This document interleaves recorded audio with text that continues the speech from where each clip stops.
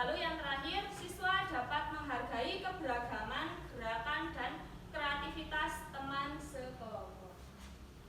Nah, apa yang menjadi produk utama? Nah, video pertunjukan senam irama kelompok yang diiringi dengan musik. Lalu, video pertunjukan akan diunggah ke kanal YouTube sekolah dan dibagikan di grup WhatsApp melalui WhatsApp orang tua siswa. Ini juga supaya orang tua tahu kegiatan anaknya seperti apa. Lalu selanjutnya, pertanyaan kunci. Bagaimana cara menciptakan gerakan senam irama yang menarik dan unik? Bagaimana cara bekerja sama dengan teman dalam membuat koreografi? Yang terakhir, bagaimana cara memilih musik yang sesuai dengan gerak senam irama? Oke. Tipe project. Di sini menggunakan eksplorasi jawaban dari pertanyaan abstrak, di mana siswa diajak untuk mengeksplorasi berbagai kemungkinan gerakan dan kombinasi gerakan. Lalu model pembelajarannya model pendidikan gerak yang berfokus pada pengembangan kreativitas dan ekspresi melalui gerakan. Oke, siapa saja peserta didik yang terlibat, yaitu kelas 3. Kapan proyek pelaksanaan akan dilaksanakan? Ya, itu dalam waktu 1 bulan di setiap pembelajaran PJOK. Mata pelajaran yang akan dilibatkan dalam pembelajaran berbasis proyek ini adalah yang pertama tentu saja ada guru PJOK. Yang kedua ada guru seni budaya, yaitu berperan untuk pemilihan musik dan kostum. Ya, kostum di sini itu tidak harus kostum yang seperti penari-penari adat, itu tidak usah. Jadi bisa menggunakan mungkin jika senamnya itu senam santai, kan senam kreasi banyak sekali. Nah, bisa mungkin kalau ada anak-anak cowok bisa menggunakan jersey sepak bola, anak-anak putri bisa menggunakan legging, terus celana pendek dan kaos. Nah, itu bisa digunakan lah. Nah, yang selanjutnya itu ada guru bahasa Indonesia. Nah, di sini guru bahasa Indonesia itu berperan untuk membuat narasi dalam video ya, tergantung tema dari senamnya mau diambil apa. Gitu. Yang selanjutnya, apakah pembelajaran berbasis proyek yang dirancang termasuk intrakurikuler, kokurikuler atau P5? Nah, di sini kategori proyeknya adalah intrakurikuler, yaitu sebagai bagian dari program pembelajaran reguler PJOK. Nah, ini adalah gambaran karakteristik pembelajaran berbasis proyek. Nah, ini adalah tabelnya. Yang pertama, mata pelajaran yang menjadi lokomotif itu PJOK. Mata pelajaran yang terlibat itu tadi seni budaya dan bahasa Indonesia. Peran yang terlibat adalah guru PJOK sebagai fasilitator, siswa sebagai kreator ya, di mana SEM itu siswa ada yang merekam, ada yang menilai, dan ada yang mengamati seperti itu. Lokasinya ada di ruang kelas atau di lapangan sekolah, jadi kondisional. Lalu produk yang dihasilkan yaitu video pertunjukan senam irama. Selanjutnya teknologi yang digunakan ada kamera, perangkat lunak editing video itu bisa menggunakan HP, lalu ada laptop. Bisa membantu untuk mengupload video ke kanal YouTube. Nah, ini gambaran besar dari pembelajaran berbasis proyek yang akan dilakukan. Tingkat satuan pendidikan yaitu SD atau sekolah dasar. Kelasnya adalah kelas 3, temanya gerak kreatif. Lalu topiknya adalah senam irama. Total waktu tadi 4 minggu atau dalam waktu 1 bulan. Dimensi profil pelajar Pancasilanya itu kreatif, elemen dan subelemen, mencipta, berkarya, dan berinovasi.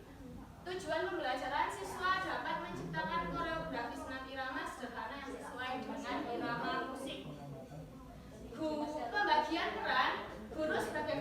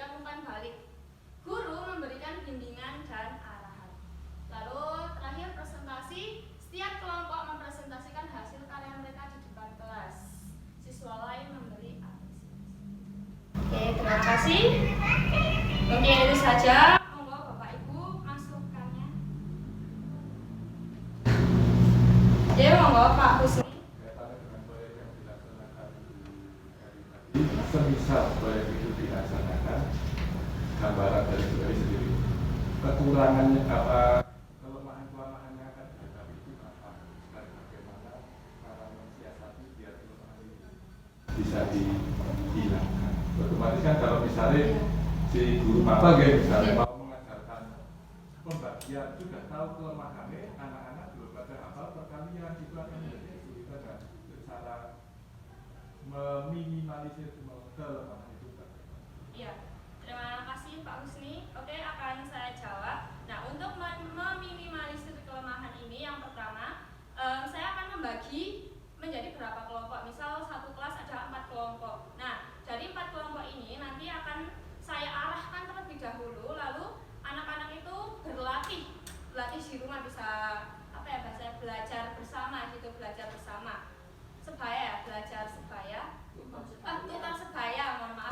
Tukar sebaya bisa di rumah si A, si B atau si C. Jadi mereka berlatih sebelum nanti pada saat pembelajaran. Misalkan saya pelajaran PJK hari Jumat karena kelas 3. Nah, jadi dari hari Senin sampai Kamis mereka bisa berlatih sepulang sekolah dulu. Mereka mencari tema yang akan mereka, tema musik yang akan mereka gunakan. Lalu mereka berencana di mana nanti misal di rumahnya si A. Nah, mereka akan berlatih, oh misal mencari referensi dulu deh, mencari referensi. Nah, lalu oh ini gerakan bagus, kita gunakan untuk pemanasan. Lalu gerakan inti, dan yang terakhir gerakan penutupnya. Gerakannya tidak harus yang mungkin rumit, bisa yang simpel-simpel saja, karena anak kelas 3 itu kan mulai pemahamannya mulai lumayan baik ketimbang daripada kelas 1 dan kelas 2. Nah, jadi itu untuk belajar anak mencari ide-ide kreatif dan melek atau membuka mata tentang media sosial. Jadi ketika mereka menghasilkan karya, mereka itu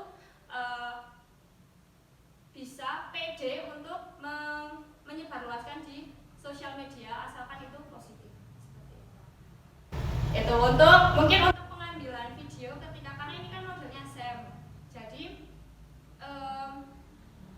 karena mengambil videonya itu bisa di murid berperan sebagai kreator juga. Jadi murid yang belum praktik, nah itu mengambil video teman yang sedang mempraktikkan gerakan senamnya. Nah, jadi itu juga untuk melatih anak supaya oh bagaimana cara mengambil video yang baik, bagaimana cara menjadi kreator pengambilan gambar yang baik supaya semuanya ke-shoot seperti itu. Karena kan anak-anak sekarang kan sudah pandai dalam teknologi, dunia teknologi. Nah, karena banyak sekali yang ingin menjadi konten kreator, nah siapa tahu dengan adanya ini mereka bisa belajar juga bagaimana cara pengambilan video.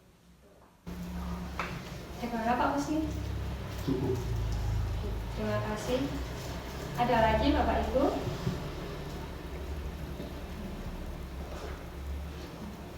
Cukup? Cukup. Pak Hefi cukup? Sama siapa Mbak Eri masukannya untuk apa agar anak nanti ketika ini diaksenkan di anak diberi tugas untuk membuat senam yang senam irama ya Mbak ya tadi ya. Mungkin nanti disampaikan juga aturan-aturan bagaimana. Kalau bisa itu menjadi kesepakatan bersama antara dengan anak-anak. Karena namanya senam irama kan ada pemanasan, ada inti sampai pendinginan. Nanti di pemanasan berapa menit ya kan, di inti berapa menit, di apa pendinginan berapa menit. Nanti kalau kita disepakati anak-anak kan jalannya akan lebih mudah. Jadi tidak oke. Kalau tidak ada kesepakatan nanti pun akan banyak sekali gerakan ataupun sedikit sekali gerakan yang mereka hasilkan. Tapi dengan ada kesepakatan bersama yang anak-anak juga merumuskan kesepakatan itu, bersama akan lebih lebih anak-anak lebih tanggung jawab pada tugas itu sehingga bisa berjalan sesuai dengan yang diharapkan. Terima kasih. Ada lagi? Ya, monggo, Bu Francisca. Yang menyambung ya, tadi diberi waktu ataupun gerakan-gerakannya, yang mungkin dari guru PJK sendiri juga Bu Eri bisa memberikan apa ya, bahwa gerakan senam itu kan bebas ya Bu ya, itu bebas, tapi bebasnya itu kan pasti ada, misalnya sih pas ngene itu gerakannya gimana, ada melitre kayak gimana, terus apa itu namanya semangatnya juga, karena ternyata setelah ya kita juga sering senam ya Bang ya, jadi ketika instrukturnya ketika mereka membuat itu tadi kan lebih ke konten ya, konten begitu juga kalau di konten kan ketika kita melihat video di YouTube, kita senang melalui YouTube, kalau mereka kalau di situ konten kreatornya bagus kan otomatis kita juga merasa oh asik menjadi lebih semangat. Jadi itu bisa dikatakan diberi semangat apa ya, diberi masukan-masukan seperti itu untuk anak-anak sama gerakan-gerakan yang tepat gitu loh. Jadi gerakannya enggak asal-asal misalnya pengennya gerakan gini tapi gininya itu yang gimana sih ya gitu loh maksudnya. Ya, terima kasih Bu Veriska. Ada lagi Bapak Ibu? Oh monggo Pak Febrian. Terima kasih Bu Eli tadi dari apa yang sudah dipresentasikan mengambil pembelajaran berbasis project bahwa dalam kurikulum Merdeka pembelajaran berbasis project harusnya kita sering melakukannya, bahwa pembelajaran ini kan bekerja sama dengan beberapa bukan mapel tapi pembelajaran. Tadi ada IPA-nya, ada komputernya, apa ya, ini. Nah, mungkin Bu Eli akan berkolaborasi dengan guru-guru tersebut. Nah, tentu akan sebenarnya proyek yang akan dihasilkan kan tidak hanya sekedar VCOK saja. Nah, nanti bisa lebih rinci lagi dijelaskan di seni itu produknya apa, terus untuk di tadi mapel yang lain produknya apa, karena sebuah proyek itu memang harus ada waktunya, terus harus jelas materinya dan harus jelas produknya. Nah, di kurikulum Merdeka memang harusnya semuanya terintegrasi dengan baik, walaupun bisa dilakukan oleh guru kelas, karena guru kelas akan menggabungkan beberapa pembelajaran baik bahasa Indonesia, matematika atau apa. Nah, sedangkan Bu Eli kan berdiri sendiri, yaitu guru mapel yang membutuhkan kolaborasi dengan guru lain. Jadi produknya dari mapel lain ataupun pembelajaran lain juga harus terlihat jelas karena mengambil proyek dari beberapa pembelajaran. Terus tentang pembelajaran proyek ini tentu kan akan banyak kendala atau tantangan yang dihadapi. Nah, Bu Eli juga baiknya mengidentifikasi kira-kira kalau kelas 3 yang diambil tantangan-tantangan. Tadi Pak Usni tanya misalnya ada tantangan-tantangan apa yang akan dihadapi, kira-kira kalau ada tantangan tersebut bagaimana cara menyelesaikannya. Nah, itu juga dalam proyek sudah harus diidentifikasi awal agar ketika Bu Eli itu mengalami tantangan tersebut sudah tidak bingung nanti bagaimana cara menyelesaikan. Kan pasti banyak, misalnya membutuhkan dana, terus SD sini wah dana aja lagi sulit, kan itu jadi salah satu tantangan mungkin. Tapi kalau saya rasa tidak seperti itu, karena pembelajaran kan ya sekedar jalannya pembelajaran, karena bukan sebuah program yang harus dijalankan selama 1 tahun, tetapi pasti banyak.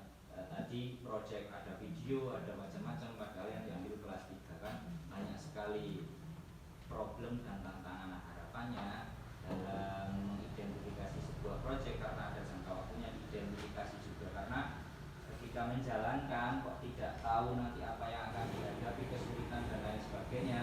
Nanti kalau di tengah jalan tiba-tiba kok sulit, terus pembelajarannya belum kita berkolaborasi dengan guru lain aja kadang-kadang sulit. Ini nanti pas pembelajaran kelas 3 ternyata belum siap kelas 3-nya. Nah, itu sudah harus diantisipasi terlebih dahulu dari awal agar ketika terjadi sebuah permasalahan sudah ada cara penyelesaian. Terima kasih sekali Pak Febrian atas masukannya. Ada lagi Bapak Ibu guru?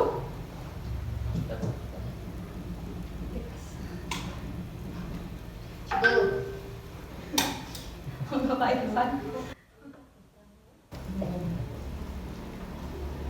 Ya, mungkin saya rasa sudah cukup. Terima kasih sekali atas waktunya. Sebelum saya mengakhiri Forpis pada hari ini, alangkah baiknya kita yel-yel terlebih dahulu. Siap.